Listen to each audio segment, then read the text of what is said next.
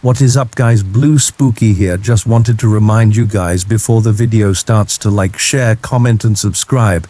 If you end up enjoying the video, if you have any thoughts about the stories in this video, please be sure to leave them in the comments below, as one of my favorite things about doing this is reading your guys' comments on the stories. And I know some people have been saying they've been getting a lot of ads recently. Unfortunately, YouTube recently changed the way they do their ads, where it automatically puts ads in certain periods of silence. So I don't really have too much control over when it does that. I'm sorry guys, but that's just the way it is. Without further ado, though guys, we'll just get right into the video, and I hope you guys enjoy the next 40 minutes or so of new true scary stories. Thank you guys so much for watching, and I hope you guys have a great day. I'm a woman from China, but I grew up in Sydney, Australia. I was born in Beijing on the outskirt of a large town where my mum's family was from. When I was about 5, my family and I immigrated to Australia, but we would still travel back to China every few years. This incident happened in the snowy winter of 1997 when I was 11 years old. My grandparents still lived in that town and introduced me to a brother and sister who lived in the same building as them. I can't remember their exact ages, but I think the older girl was around 14 and the younger boy was around 6 or so. I still remember the exact outfit I was wearing because I'd been wearing the same outfit throughout the entire trip. At that time, flared jeans were in fashion, and coming from Australia, I certainly was not prepared for the snow and cold of the Chinese winter. On my first or second day there, my Chinese cousin had taken me to a shopping mall where she helped me haggle down the price of a bright pink duffel coat with fluffy white trimmings. I thought it was the most fashionable thing ever and wore it practically every day. I have photos of me from the trip wearing that exact outfit. We walked around town and ended up going to a very large park with a lake inside of it. It was a little bit of a distance from the center of town. We were playing together by the shore, throwing rocks, joking around, and having a good time. At some point I looked up and realized it was getting dusky, although it probably wasn't that late yet. Considering it was winter, the sun was probably just setting early. The park, which had never been very busy to start with, was now nearly deserted. There were still a couple of people, but they were a fair distance away from us. That is, except for 2 men who suddenly approached us. They were middle to late, middle-aged, and looked the uncle type. One of them approached me and said he was a friend of my father's that my father had asked him to pick us up. I remember being very confused because my dad didn't live in this area and was in another district about 2 hours away in Beijing, where his family was from. I quickly realized something was wrong, and so did the brother and sister that I was with. We all started making excuses and backing off. I still remember very clearly that as we started backing away, the man who approached us looked over his shoulder at his companion as if asking what he should do in this moment. His companion had already retreated a little distance away and was now standing beside a white van with the door already open. I completely believed he was considering grabbing one of us and just making a run for it, perhaps because there were 3 of us together, and perhaps because there were other people still around in the peripheries. They didn't do anything. I walked away rapidly and looked back over my shoulder. I remember seeing the 2 men just standing where they were observing us. As we left the park, that 15 to 20 minute walk back was one of the scariest walks of my life, as I just imagined someone grabbing me from behind every second. The sun completely set just as we arrived back to the building, and I burst in through the door, so happy to be home. I did tell my mom and grandmother about it, but at that time child grabbings in China, while already happening, were much less of a massive and widespread news story than they are now. I think my mom especially felt that being almost grabbed was somehow a commentary on her parenting skills, and so she was very dismissive. She really dislikes it even when I bring it up nowadays. Organized child and or bride kidnappings are a huge story in China. It often makes me shiver at night to think how different my fate could have been. There have been many stories about young women and girls kidnapped and forced into becoming brides of villagers in remote countryside, sometimes even being tied to beds and having their legs broken to prevent them from ever running away. They're forced to bear children, one after the other. And no one in the village will help them because almost all the men in the village have purchased their brides from traffickers. In the same way, there are also children, usually boys, kidnapped into families who've been unable to have kids or adopt legally. They usually fare a bit better, but can also be neglected. Now that I have my own kids and I'm safe and warm in my bed in Sydney, I sometimes think about how wildly and irrevocably my life may have been derailed that snowy evening. This story comes from Belgium and took place in 2020 during all the confinements that we were under, and I was 20 back then at the time because of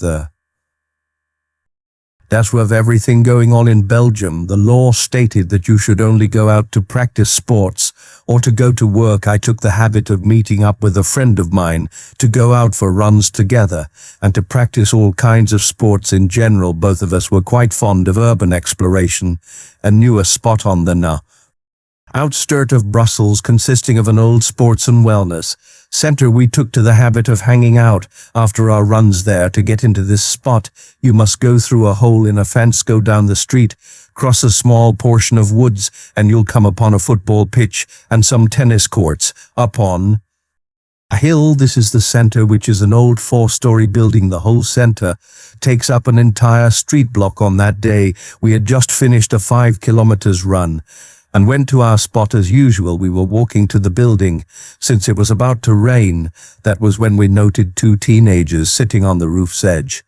I remember that bothering me since we were planning to go up onto that roof as well. We went to the hall area to wait for a bit in hopes that the people would leave. In the hall area, you have a clear view into the kitchen, which you must go through if you want to get to the roof. You can also see into another small hallway and into the big dining room. My friend Sully was rolling himself a cigarette while I was gathering 2 chairs and an office table for us to sit around. The next part gives me chills to this day. As I finished setting everything up, I remember starting to feel unwell. The feeling of being watched, and not in a good way. That's when I looked at the kitchen and saw for the briefest moment a head sticking out of the door frame and staring right at us. It was a man, couldn't say what age. He was extremely dirty, and the thing I remember the most distinctly was that he had this strange and exaggerated, happy expression on his face, as if he'd just found exactly what he was looking for at that moment. I just froze up and was unable to react bravely in that situation. I leaned forward while keeping eye contact with the man and told Sully very calmly that we had to leave right now. I tend to make a lot of jokes to all my friends, especially Sully, but when he saw the look I had on my face when I told him we had to leave, he didn't say a word. He just grabbed his backpack and stood up. We ran to the football pitch and saw the 2 teenagers were still up on the roof. Sully started yelling at them, asking if the man was with them or if they had seen him. They answered that they hadn't seen anyone and had come there all by themselves. If someone was there, he wasn't with them. We told the kids that they'd better leave as well, since we didn't know what the man in the lobby was up to. They told us they would be fine and that they would leave a bit later. We decided to leave right now since we'd already warned them of what we'd seen. We'd also been out for a long time, and it wasn't very legal with the sort of confinement rules going on. As we were walking towards the woods, I turned back and swore I could see a silhouette standing in front of the staircase leading to the roof. My mind didn't quite react, and I left alongside my friend. I was so shocked because nothing like that had ever happened to me before. I decided not to talk about it to anyone in fear of them not believing me or possibly even making fun of me. My friend Sully is the only one who was there with me, and he didn't get a good look at the man. He was as scared as me just by seeing my own reaction, though. I don't know what happened to those teenagers. I did find some local articles and papers dating from around that time. about teenagers being attacked by a crazy man in an abandoned building, but the information given wasn't enough for me to determine if it was the same people and the same story. When I was 21, I transferred to a college in San Francisco. I checked out a room for rent on This was a really nice 2-bedroom apartment, cheap rent and close to campus as well. It was really the ideal spot. The girl who lived there was 29 and her name was Beth. She was tall and had jet black hair and wore pale makeup. She seemed nice enough, although a bit quiet, and she seemed to like me. She agreed to allow me to move in. So far so good. My first night there, we went out for pizza, and that's when I could tell there was something a bit off about her. Throughout the dinner, she kept telling me how much I'd looked like Shia LaBeouf. I really didn't know what to say, so I just shrugged it off with a no thanks. I mean, I look nothing like Shia LaBeouf, so I really didn't know why she was saying this. When we got back home, she asked me if I had seen her room yet. I said no, and she took me to see it. Her walls were plastered in photos and posters of Shia LaBeouf. She had printed out so many pictures, they were even all over her mirror. She owned a huge collection of his movies too. I didn't know what to make of this. It was extremely creepy the whole night. She had been insisting I looked just like him, and now it was clear she was obsessed with the guy. A few weeks passed by, and I didn't even see her that much. She would come home from work and practically run into her room at night. I would hear this high-pitched, creepy giggling through the walls, almost sounding like it was a ghost haunting the place. I wondered what the hell she could possibly be doing in there. Occasionally, she would come out and talk to me for about 2 minutes and would always be slurring her words. I suspected she must be drinking quite a lot. Sometimes she wouldn't even say anything. She would just kind of stand in the hallway and watch me. I would turn and see her and always be surprised. "Hello, Beth." Then there would be this long, awkward pause, and she would do her creepy, high-pitched giggle. It was uncomfortable being around her. Something about her gave me the chills. One night, I woke up at around 2 o'clock because I heard what sounded like the front door being unlocked. I came out of my bedroom and all the lights were still off. I could see Beth standing by the front door, though she had her face pressed into it and was turning the lock back and forth over and over again.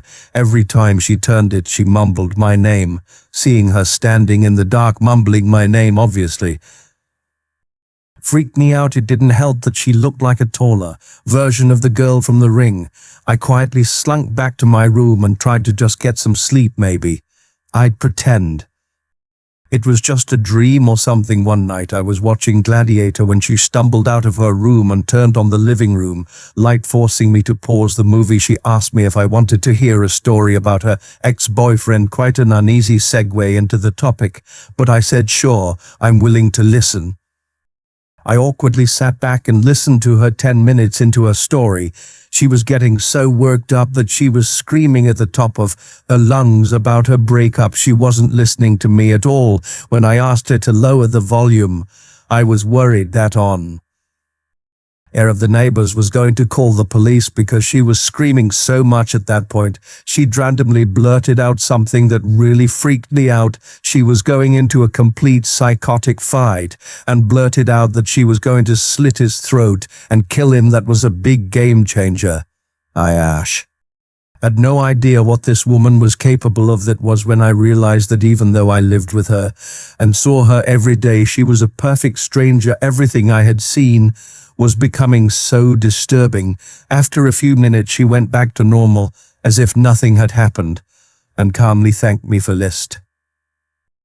I got out of there real fast and went to my room to try and sleep. I started to get an unsettling feeling about being in the same apartment as her. What's worse, there was no lock on my bedroom door, and because of this I pushed the edge of my dresser in front of it to act as a barricade.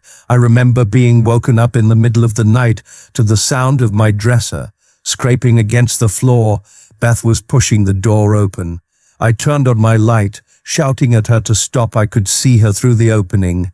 She was drunk and had this insane look In her eyes, I pushed the door closed with my whole body. I yelled at her to go back to bed. I could hear her walk back to her room, but I couldn't get myself to fall asleep. The next morning, when I went out into the hallway, my heart dropped. I saw one of her steak knives embedded into the floor by my door. I got goosebumps all over my arms. All I could think about was her saying what she would do to her ex-boyfriend's throat. I confronted her about it, and she said she couldn't remember trying to push my door open.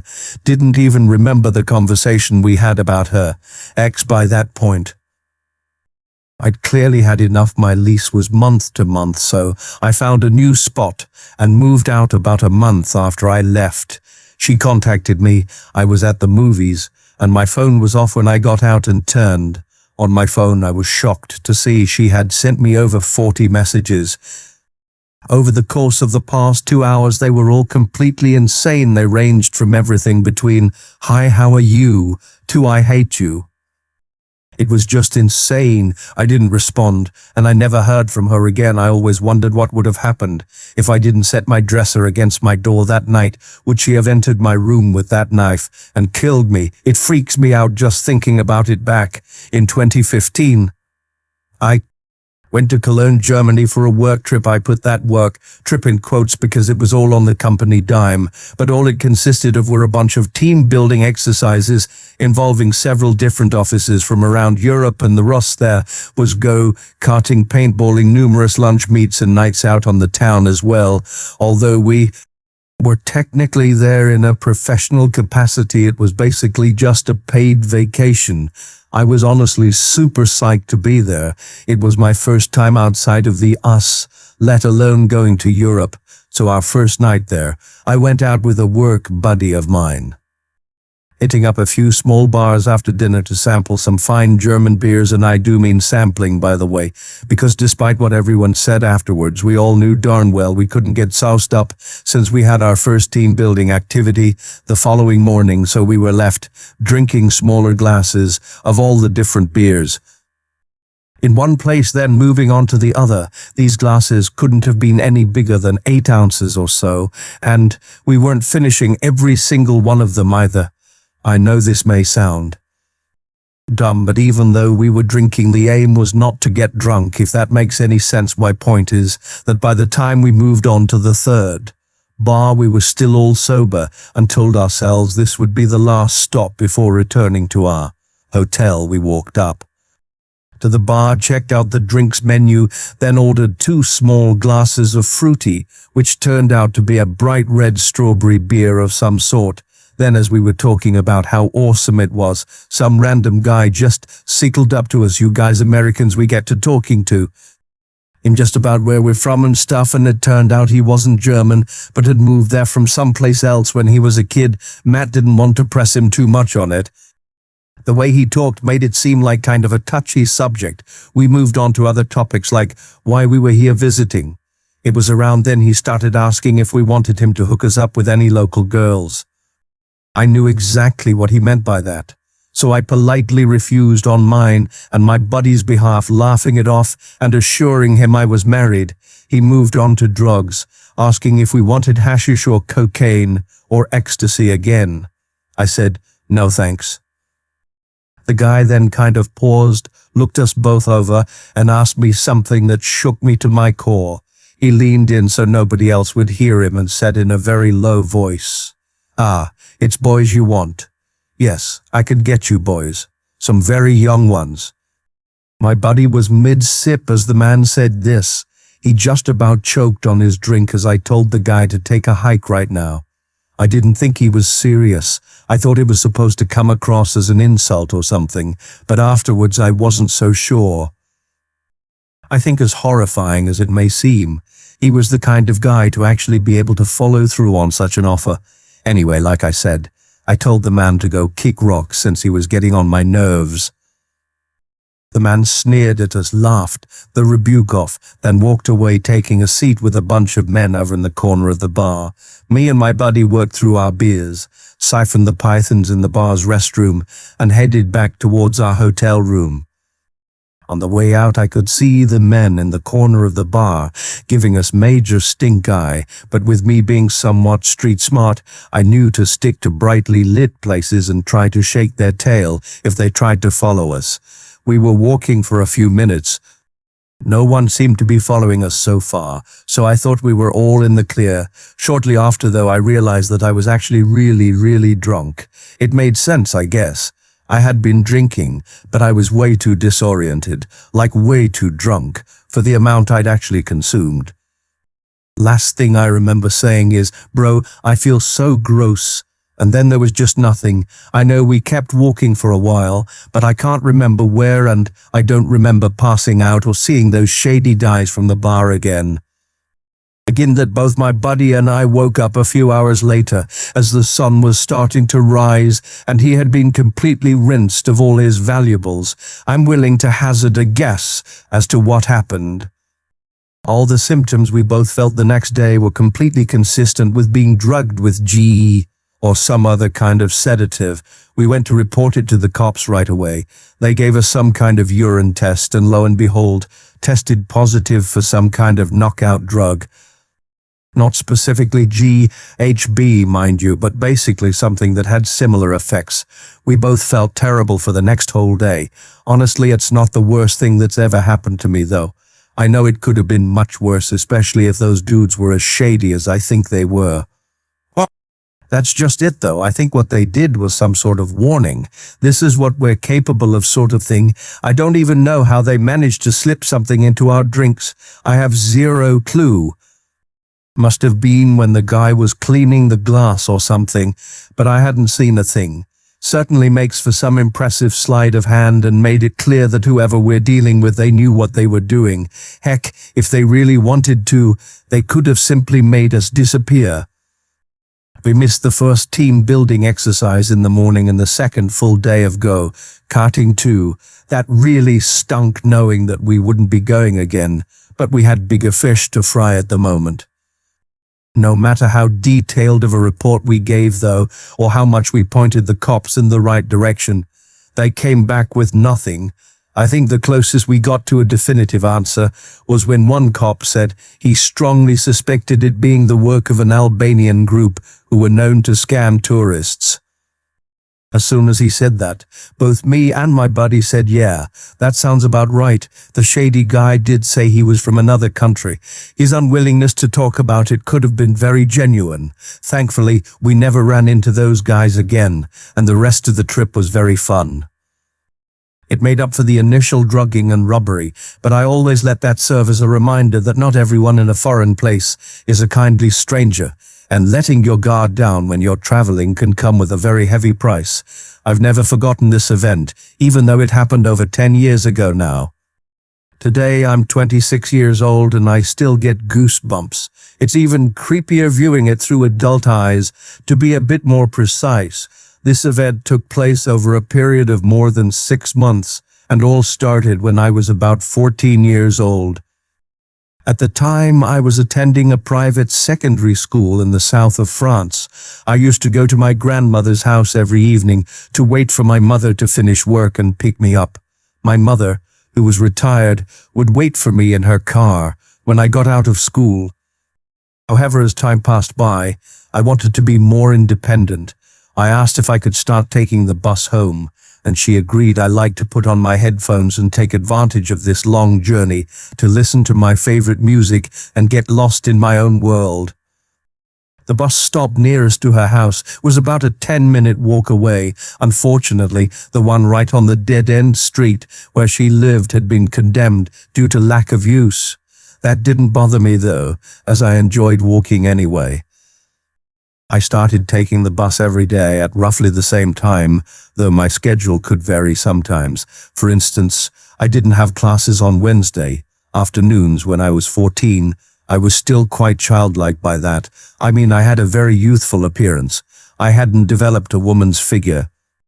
I also usually had cute stuffed animals hanging from my backpack. Well, I suppose you can imagine what sort of people that might have attracted. One day, I noticed this man in the bus around September or October. He must have been in his 40s, very short and bald. Why did I notice him? you might ask. Well, because he was staring directly at me, and I had the feeling he wasn't blinking at all. When I looked over, he would smile at me, but his smiles did not inspire confidence. It was completely instinctive. I had never encountered the harsh realities of the world, and was still very naive. But even I could tell something was wrong with this guy. I didn't say anything to him. I simply decided to avoid the situation that made me uncomfortable by looking in another direction.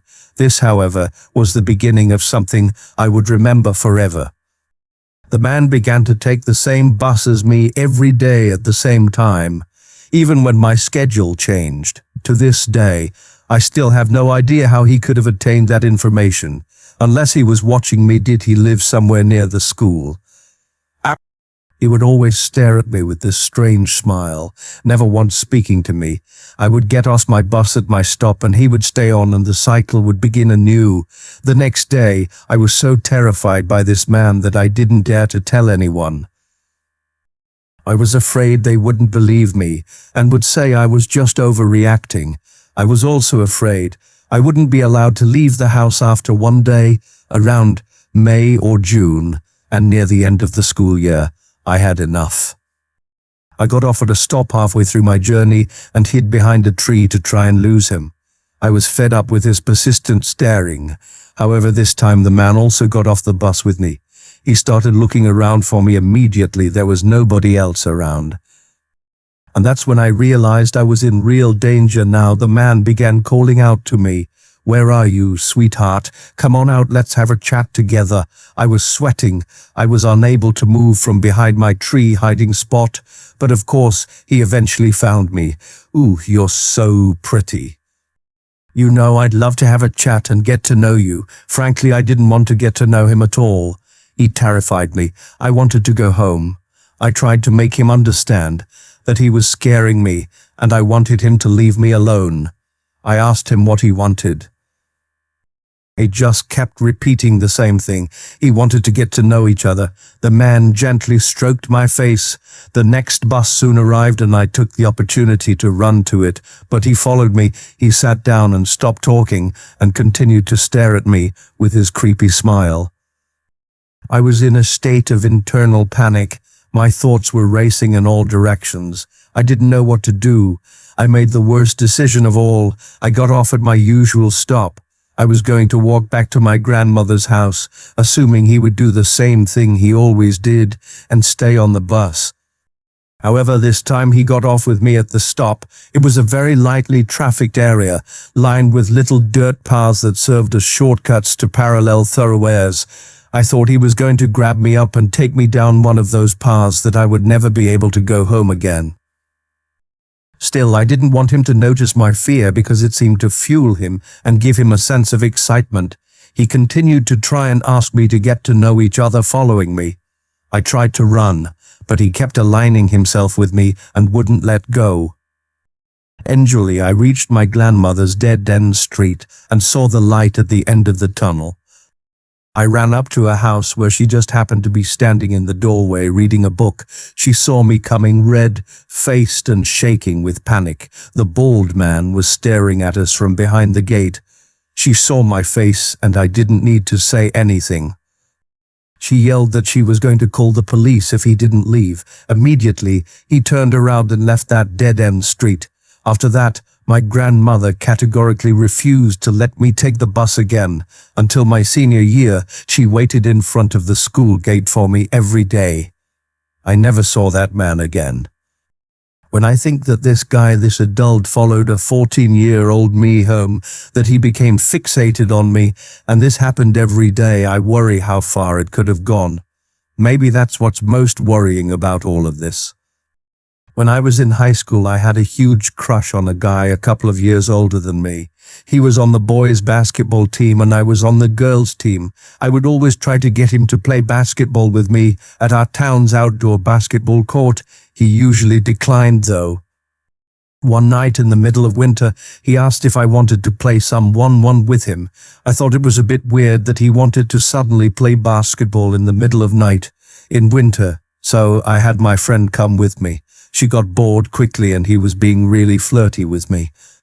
So, I agreed she could leave. He assured her he would drive me back to her house as I was going to be spending the night there. About 30 minutes later, I was freezing and asking him to drive me back. We climbed into his car and he told me he had to warm the car up before we could go. He was on his phone for about 10 minutes and we were just sitting there in silence. Out of nowhere, he started telling me about his sexual fetishes and how he got off on physically causing other people pain. He said that no one knew the real him, and if they did, it would scare the living out of most people. I was starting to get a bit uncomfortable at this point and asked if we could just leave already. He pulled out of the parking lot, but started driving in the opposite direction of my friend's home. We lived in a very small town, and he drove about 5 miles out of it and turned onto a random gravel road. He told me he was going to take me to meet some people that he thought would really like me. He then told me I seemed like the type of girl who would like being submissive to a bunch of men, and he wouldn't even have to make me beg for it. I was getting really freaked out and scared at this point. I was looking around for my cell phone, but I remembered I had left it at my friend's house to charge. I began asking him questions to distract him, and I was able to get my hands on his phone. That was when he stopped at a random shack right in the middle of nowhere. He was not yet aware that I had his phone at this point and told me to get out of the car. His friends were waiting inside, and we didn't want to make them angry. I dialed 911 and told him that if he didn't take me back to my friend's house right now, I was calling the police right then. He looked completely shocked and then started to laugh, hysterically. He tried to convince me it was all just a big joke, and he just wanted to see how I would react to all this. I held his phone with 911, ready to go the entire ride back to my friends. Once he pulled into the driveway, and I got out of the car, he rolled down his window and called after me. I would really appreciate it if you never tell anybody about this. He peeled away. I was 15 years old and should have called the cops, but I was young and dumb back then. The crush was over pretty much immediately. A couple of years later, when I was in college, he showed up at a party I was at and kept apologizing for that night in the past, of course. He then immediately tried to kiss me and push me into a room alone. Of course, I noped out of there real quick, and I never saw him again. This happened at my parents' house when I was 14 or 15 years old. I'm 25 now, but thinking about it still gives me goosebumps. It was nearing the end of my summer break, and my parents decided that they were going to go on one more fishing trip before students started going back to school. My mom ran a cafe in front of the high school. They gave me the usual rundown about how to reach them and blah blah blah, all that stuff. They were on their way. They took my dad's Jeep, and my mom's car was in the shop at the time, so going out was out of the question for me. I did what any teenage girl would do with a house empty of adults and a fully stocked bar. My dad was quite the drinker. I stayed home all weekend, ate junk food and binged every horror film that my dad had rented from Netflix. This was back in the mail, ordered DVDs. It was a Saturday night, technically Sunday morning. I was downstairs on my dad's leather recliner, bowl of popcorn in hand, eyes glued to the television as I watched The Ring. I had all the lights off to get myself into that horror movie feel. When I had to tinkle, I didn't want to turn on the lights because I'm lazy. So I walked over to the bathroom by the front door in the dark and did my business. I didn't even bother turning on the bathroom light because I was so lazy. As I sat there pondering the plot of The Ring, I looked up at the window that faced the front yard. It was an oval window, and instead of buying curtains for it, my dad used some of that frosted privacy film. Basically, it kept anyone from peering in, but you could still vaguely see things on the other side of it. Well, as I was zoned out, I noticed something quite odd. There was a shape in the window that clearly looked like a person was standing there now. The reason I say this was odd was because the front porch lights were currently off. The only reason there was a shadow at all was because of the street light in front of our house. As the gears in my head started turning, the shadow ducked out of sight. It was at that exact moment that I realized that whoever was out there got past the lights without them going off like most porch lights. Ours are motion sensitive. Actually, they were super sensitive. A leaf falling would set them off. The only way to get by without those lights going off is if you'd gone around the side of the house and crawled over the banister. As I came to this realization, I also noticed that this person was now standing outside our front door. I awkwardly slid off the toilet and pulled my pants up. I did a military-style crawl to the living room and proceeded to freak out. Whoever this individual was, they were clearly practiced at not making motion lights go off. There were no cars in the driveway, as my dad's Jeep and my mum's car were both gone. This was the first time our driveway was empty, so they probably thought nobody was home. As I was lying on the floor, my ears perked up at the sound of someone pacing. Now, I was scared they were going to break in and see my small girl self all alone in the house. I crawled my way to the kitchen and grabbed a phone. As I did that, the footsteps outside stopped as if someone had left the porch. I turned to look at the front door and realized the light still hadn't turned on. That meant the person must have jumped off the side. I looked toward the back door. Now my eyes fell upon a window with its blinds currently raised. I ran over to the window and closed the blinds, then sat down on the floor. I had no idea if the person had seen me, but if they knew that much about the porch lights, they would know those blinds were always raised because of our cats. There was also a glow from the TV. Now I was twice as horrified as before.